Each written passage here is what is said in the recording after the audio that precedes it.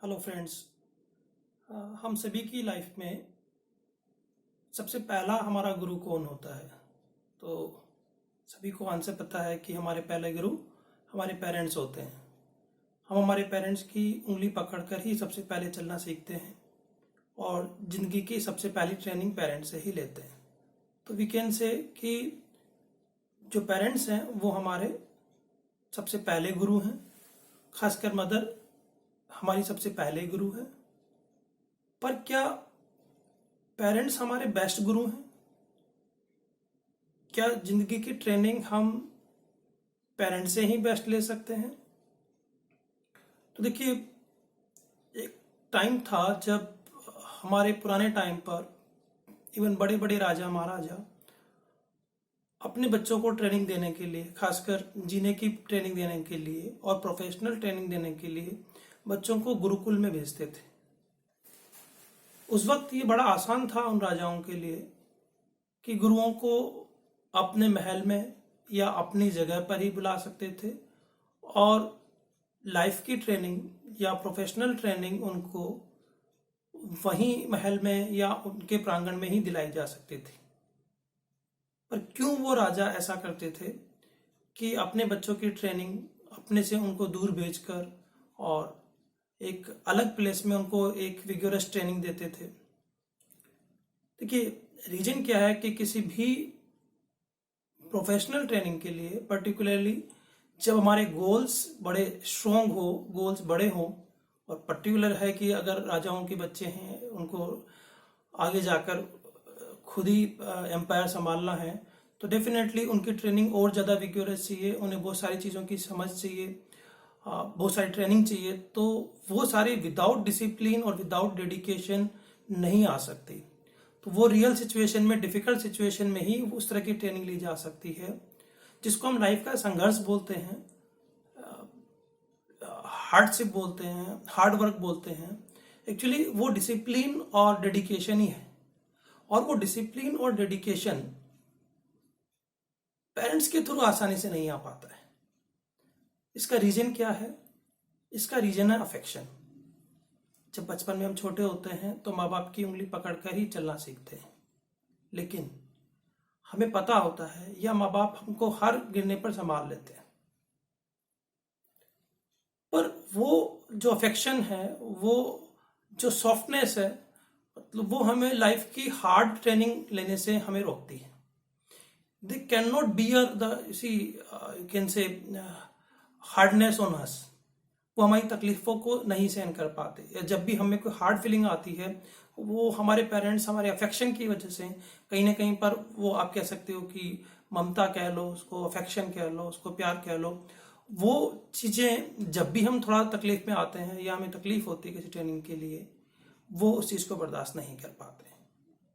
देखिए, ये वैसी ही बात है कि एक सिल्क मोथ है, एक तितली है, बटरफ्लाई है।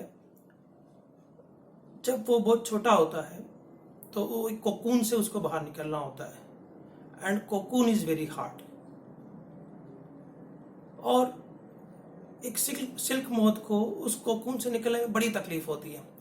अब आप सोचिए कि एक पेरेंट है, एक मदर है, और वो अपने बच्चे को देख रही है और उसका बच्चा एक बहुत हार्ड वर्क करके और एक कोकून से बाहर निकल रहा है, तो मदर की फीलिंग कैसी होगी? उसको फील होगा कि मेरा बच्चा बहुत तकलीफ में है और वो इतनी तकलीफ बर्दाश्त नहीं कर पाएगा कि इतनी हार्ड कोकून को तोड़ पाएगा। तो जैसे ही बच्चा मेहनत कर रहा होगा और थोड़ा सा तकलीफ दिखाएगा अपनी, रोने लगेगा, तो मदर क्या करेगी? मदर जाके उस कोकून को तोड़ देगी और बच्चे को बाहर निकालने की कोशिश करेगी। पर आप सोचिए, क्या इस ट्रेनिंग के through it will give benefit for that child, that silk moth, or it will make him weak or weaker for the life? वो लाइफ लॉन्ग वीकर बना रहेगा, वो कभी भी स्ट्रांग ही नहीं बन पाएगा और लाइफ को फेस ही नहीं कर पाएगा। तो सिमिलर सिचुएशन पेरेंट्स के साथ में है। Due to more affection, parents can't bear the pain of their child, और इसी वजह से टीचर्स का रोल, गुरु का रोल एक अलग तरीके से डिफाइन किया हुआ है, क्योंकि गुरु का रोल बच्चे को उस लाइफ की ट्रेनिंग देना है या उस प्रोफेशन की ट्रेनिंग देना है जहां पर उसको परफेक्शन तक ले जाया जा सके, और टीचर को या गुरु को पता होता है कि उस परफेक्शन में ले जाने के लिए अब उनके अपने स्टूडेंट से उनको कितनी मेहनत करानी है। आज भी कई बार हम लोगों का अभी कॉन्फ्लिक्ट पेरेंट्स के साथ में होता है, जहां पेरेंट्स को लगता है कि भी हमारा बच्चा बहुत ज्यादा वर्क कर रहा है, तकलीफ में है, बट वो ट्रेनिंग उसकी प्रॉपर है या नहीं है, वो किस तरीके से मेहनत कर रहा है, ये पता पेरेंट्स नहीं लगा पाते हैं। ये पता कौन लगा सकता है? जो परफेक्ट टीचर है, जो परफेक्ट ट्रेनर है, वही ये पता लगा सकता है। दैट्स वाई आप कह सकते हैं कि जो टीचर का रोल है वो टीचर की ही प्ले कर सकता है।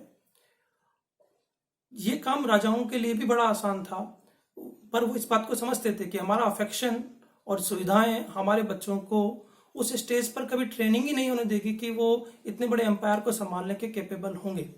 सिमिलरली लाइफ में जब भी हमारे गोल बड़े हैं, इसी जब भी हमारे गोल बहुत बड़े होंगे, चाहे से वो लाइफ को सीखने का हो, तो लाइफ को इसलिए हम कहते हैं कि हम एक्सपीरियंस से सीखते हैं। जितने ज़्यादा हम एक्सपीरियंस लेते हैं तो हमारा एक्सपीरियंस हमारा गुरु बनता है लाइफ में कैसे जीने के लिए। और प्रोफेशनल लाइफ के लिए we required the best gurus, उनका पर्सनल अफेक्शन और पर्सनल ट्रेनिंग इज रिक्वायर्ड मोर। तो जहां पर भी आई फील कि जहां पर भी ये कॉन्फ्लिक्ट हो कि पेरेंट वर्सेस टीचर्स हो, तो पेरेंट्स हैव टू डिसाइड कि जहां पर वो अपने बच्चों को ट्रेनिंग दिला रहे हैं, क्या वहां पर टीचर्स परफेक्ट हैं, they have the best experience. अगर वो है तो फिर इस कॉन्फ्लिक्ट को खत्म करके they should believe on teachers, क्योंकि एक बेस्ट गुरु बच्चों को जो ट्रेनिंग दे सकता है वो ट्रेनिंग उसको उसकी कैपेबिलिटीज के अकॉर्डिंग देगा, उसके अफेक्शन के अकॉर्डिंग नहीं देगा। क्योंकि जहां पर ये अफेक्शन और ये सारी चीजें आती है वहां पर कॉन्फ्लिक्ट आते हैं और बच्चा फ्यूचर के लिए वीक बनता है। तो that is the you can say basic reason कि हम ये कह सकते हैं कि पेरेंट्स बेस्ट गुरु नहीं हो सकते हैं। There are few examples in the life, जैसे हम कह सकते हैं जीजाबाई है जिन्होंने छत्रपति शिवाजी को ट्रेनिंग दी। तो ऐसे बहुत कम एग्जाम्पल्स आपको मिलेंगे जहां पर पेरेंट्स उतने हार्ड बनकर बच्चों को वो ट्रेनिंग दे पाते हैं।